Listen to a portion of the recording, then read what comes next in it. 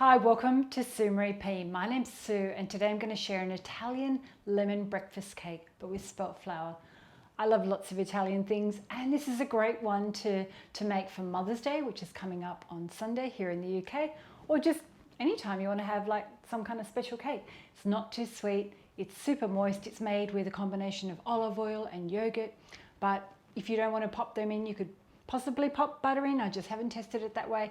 And if you don't use yogurt and you want to put a plant-based milk in, you could give it a go. I just haven't tested it either, but it's a delicious cake, not too sweet. So let's get baking. So the first step is we're going to pop all of our first three ingredients into the stand mixer and whisk it up for about 2 minutes. I've got 150 grams of just regular white sugar. It's just under a cup. And I'm going to throw in 3 large eggs. And I've got the zest here, or the rind of 1 whole lemon, so I'm going to pop all of that in. I like to add the lemon juice as well because I like the extra lemony flavour, but if you don't want to, you can leave that out. So we're going to whisk that up. And this is also known as, I'm going to try and see if I can say it in Italian, Ciambella, which means ring cake or donut cake. So we're going to do it in a bundt tin. I've got a large, like 10-cup bundt tin.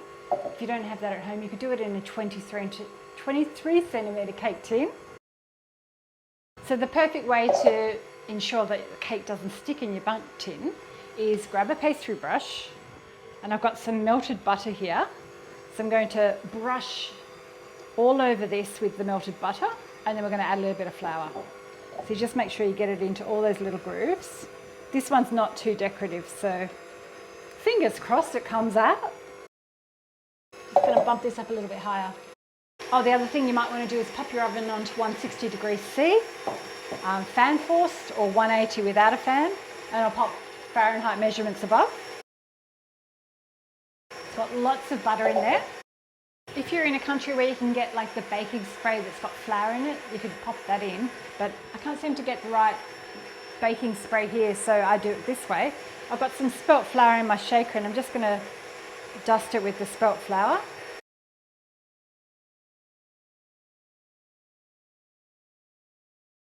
All of that flour sticking, but if you've got excess, you just can remove that. Just want to make sure the eggs turn pale. I'll grab a large bowl and pop your flour in here. I've got 250 grams of white spelt flour. So I'm just going to give it a whisk. You can sift it, but I'm a bit lazy, so I don't always sift it. And this style of cake, even though it's moist, it's kind of more of a denser cake, so it's not completely necessary. I'm going to add 1/4 teaspoon of salt and 1/2 teaspoon of baking soda. I love the combination, but if you don't have baking soda, you could leave the baking soda out and just do 2 teaspoons of baking powder. So our eggs are pale in colour now. So I'm going to whisk this together. But before I add the flour, I'm going to add the lemon juice. I like the lemony flavour, so I'm going to add 2 tablespoons of lemon juice. And I've got 230 grams of yogurt, which is just under a cup. And this is just the Greek natural yogurt. As I said, I haven't tried this with milk, but if you wanted to be creative and give it a go, if you are avoiding dairy, you could probably use a plant-based milk, just maybe not too much. I'd probably do it a little bit less than 230 grams. Mix this for about 30 seconds. I forgot to add the oil. The oil is what makes this cake really moist as well. So we're going to put in 100 mils of oil, and I'll pop some cup measurements up above. And that's olive oil, but if you want to use canola oil, sunflower oil, rapeseed oil, just something quite neutral. I like the flavour of olive oil and it's quite traditionally kind of Italian. I told my mum this morning that I'm making this for her for Mother's Day, although I won't be able to send any because she's in Australia, but I'm dedicating this to Margaret. So hi Margaret, or hi Mum. Now we're going to add our flour. And you can fold it, but I'm just going to beat it, but really quickly, like about 20 seconds. This style of cake, you don't want to add too much air. I'm going to throw the rest of the flour in. This time I'm going to remove it from the stand mixer and just do the rest by hand. I've been thinking a lot about why I like to bake and why I like to share, and one of the reasons I like baking is I find it really relaxing, and it's kind of one of those things I feel like it's good for the soul. It's quite therapeutic, just, you know, mixing everything, weighing it out, mixing it, and then watching it kind of rise in the oven, and then you get to share it with friends and family and enjoy what you've cooked and created. So if anyone else out there is like me and likes creating for fun and to relax, or likes baking to relax, let me know in the comments below. And if you've clicked on for the first time, welcome. Consider subscribing if you like this kind of thing. I often do spelt flour cakes, but I also like experimenting with gluten-free ideas and buckwheat ideas. And I do a lot of bread making as well, and some savoury things. For some reason, because I'm filming, it's gone a bit lumpy. So what I'm going to do, I'm just going to throw it back on this stand mixer and beat it quickly until the lumps are out and it's smooth, but only for about 20 seconds on high. Not on high, medium I should have said. Like that's on about number 4. That was only like 15 seconds, or I counted to 15. Grab your cake tin. I am going to do something that I always think I should do and I always forget. I've got this thing, it's called a Lazy Susan, which, yeah, it's a joke, running joke in my family because my name's Susan. I use it for my computer, but I thought it would be excellent to put it underneath the bundt tin and I can spin it around as I'm putting my mixture in. So I'm doing this for the first time. Just double check all of that flour is combined. The lumps are out now. I need another pair of hands in the kitchen. It kind of works. Trying to just make sure my batter's all even in this cake tin.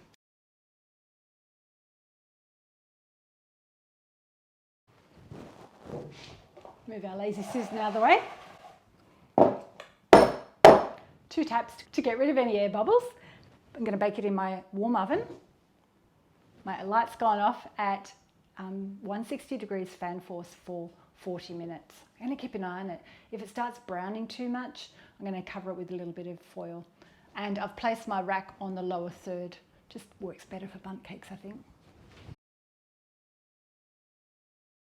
Can't wait to show you. I'm going to do a bit of a cleanup and then we'll reveal it and do a taste test. So my timer went off and the cake's cooked. I'm just going to double check it with this. Cake's done. No, that's good. It's not too undercooked. So I'm going to let it sit here for 10 minutes and then I'll release it. But a little handy hint for bundt tins, I pop a damp tea towel on a tray and sit the hot tin on that, so then it helps create a bit of a steam and releases the cake from the base. I also grab my little spatula and I just gently maneuver it around the outside edge. Fingers crossed it comes out.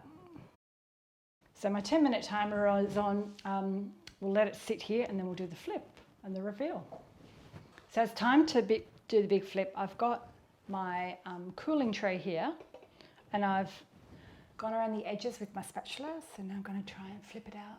1, 2, 3. I think I heard it. That's a good sign. Let's see if it's released.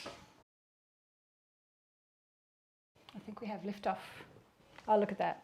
Perfect, Susan. So there you go. That's my cake. Now, before we do a taste test, I need to let it cool here on the bench. I think for at least an hour. It's better. This cake is so much better the next day when it's cool. It just doesn't taste as good hot. So I'm going to let it sit here until it's completely cool, and then I'll decorate it with some icing sugar and cut it open, and then we'll come back and do a taste test. So see you very soon. You might have noticed I've got a bit of a ridge on the bottom. That's just the style of cake. You can slice it off if you want a perfectly flat cake, but I don't bother. I just let it sit here and it kind of relaxes itself. So let me just cool it, and then we'll come back and do a cut it and do a taste test. So our cake's lovely and cold, and it's time to do the reveal. So I like to transfer it to my slate plate, and very Italian style, we're going to dust it with icing sugar. So I've just got a container here with icing sugar. That's a bit of a generous sprinkle. So that's all dusted, and I'm just going to cut into it. I'm going to do a tiny, tiny skinny piece.